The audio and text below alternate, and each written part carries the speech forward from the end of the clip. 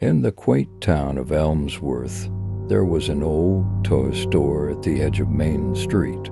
People rarely went there, not because it lacked charm, but because of the eerie feeling that settled over anyone who entered. Legend had it that the store held a dark secret, one that had been whispered among the town's children for generations.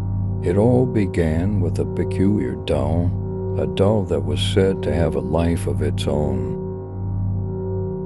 Sarah Thompson moved to Elmsworth with her 7-year-old daughter, Emily, after her husband's tragic death. Desperate for a fresh start, they settled into a charming Victorian house that was within walking distance of the local elementary school and the town's small shopping district. One crisp autumn afternoon, Emily tugged at Sarah's sleeve as they passed the old toy store. "Mommy, can we go inside, please?" she pleaded, her eyes wide with curiosity, despite feeling a chill run down her spine as she glanced at the dusty windows and faded sign. Sarah nodded, wanting to bring some joy to Emily's life. The bell above the door jingled softly as they entered.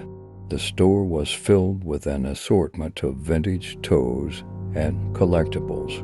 An elderly woman, Mrs. Whitaker, sat behind the counter knitting. She looked up and smiled, her eyes twinkling with a hint of sadness. "Good afternoon, dears. How can I help you?" Mrs. Whitaker asked in a voice that was soft yet seemed to echo in the small space. Emily immediately gravitated toward a shelf filled with old dolls. One, in particular, caught her eye. It was a porcelain doll dressed in a tattered lace dress with deep blue eyes that seemed to follow you around the room.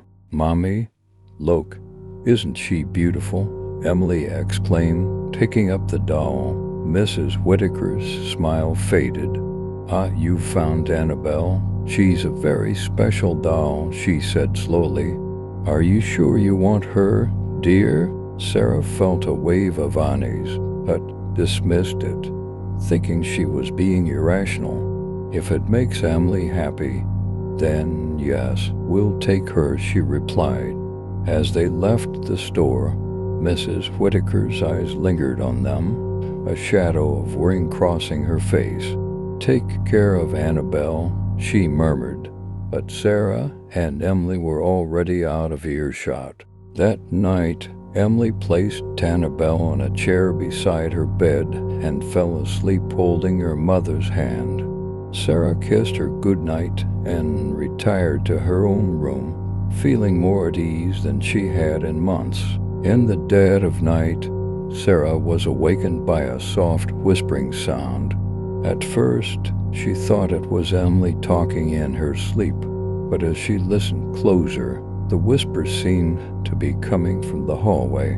She got up, her heart pounding, and tiptoed towards Emily's room.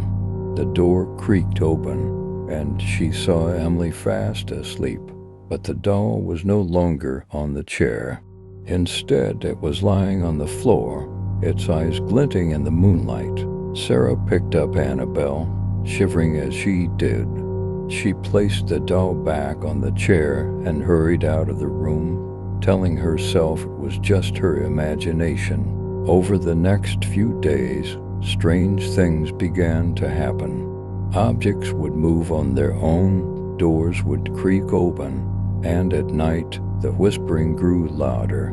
Emily seemed oblivious, happily playing with Annabelle, but Sarah was growing more and more uneasy. One evening, Sarah invited her neighbor, Karen, over for coffee. Karen was a local historian and knew a lot about the town's past. Sarah hoped she could shed some light on the doll's origins.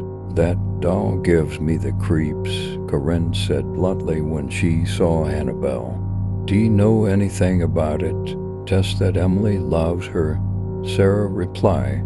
"But I've been hearing strange things since we brought her home." Corinne's face grew serious. There's a legend about a doll named Annabelle. Supposedly, she belonged to a little girl named Abigail Whitaker, who died under mysterious circumstances many years ago. They say Abigail's spirit is trapped inside the doll. Sarah felt a chill run down her spine. But that's just a story, right? Corinne shrugged. Who knows? But I'd be careful if I were you. That night, Sarah put Emily to bed and decided to keep Annabelle in the living room. As she was about to fall asleep, the whispering began again, louder this time. She got up and walked to the living room, her heart pounding. There, sitting on the coffee table, was Annabelle, her blue eyes gleaming in the darkness. Suddenly, the lights flickered and a cold wind swept through the room.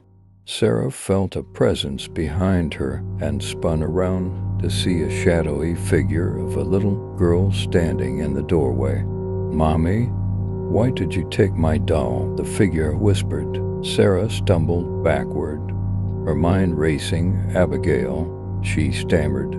The figure nodded. "I want my doll back." Terrified, Sarah grabbed Annabelle and ran to Emily's room. She shook Emily awake and hugged her tightly. "We're leaving now," she whispered urgently. Emily, still half asleep, clung to her mother as they rushed out of the house. They drove to Corinne's place and Sarah explained everything. Corinne took them in for the night, and the next morning, they returned to the toy store with Annabelle. Mrs. Whitaker was waiting for them, a knowing look on her face. "I see you've met Abigail," she said softly. Sarah handed the doll to her, tears streaming down her face. "Please, take her back. I can't keep her." Mrs. Whitaker nodded and took Annabelle. "Thank you for bringing her home. Abigail just wants to be with her doll." As they left the store, Sarah felt a weight lift off her shoulders. She knew they had done the right thing. That night, for the first time in weeks, Sarah and Emily slept peacefully, free from the whispers and shadows. In the days that followed, Sarah and Emily began to heal, finding comfort in each other. The old toy store remained a place of mystery, but Sarah never went back. Some secrets, she realized, were better left undisturbed. And as for Annabelle, she remained with Mrs. Whitaker, who kept her in a special place, whispering softly to her late granddaughter, Abigail. The doll's eyes still seemed to follow you around the room, but now they held a sense of peace, as if the spirit within had finally found rest.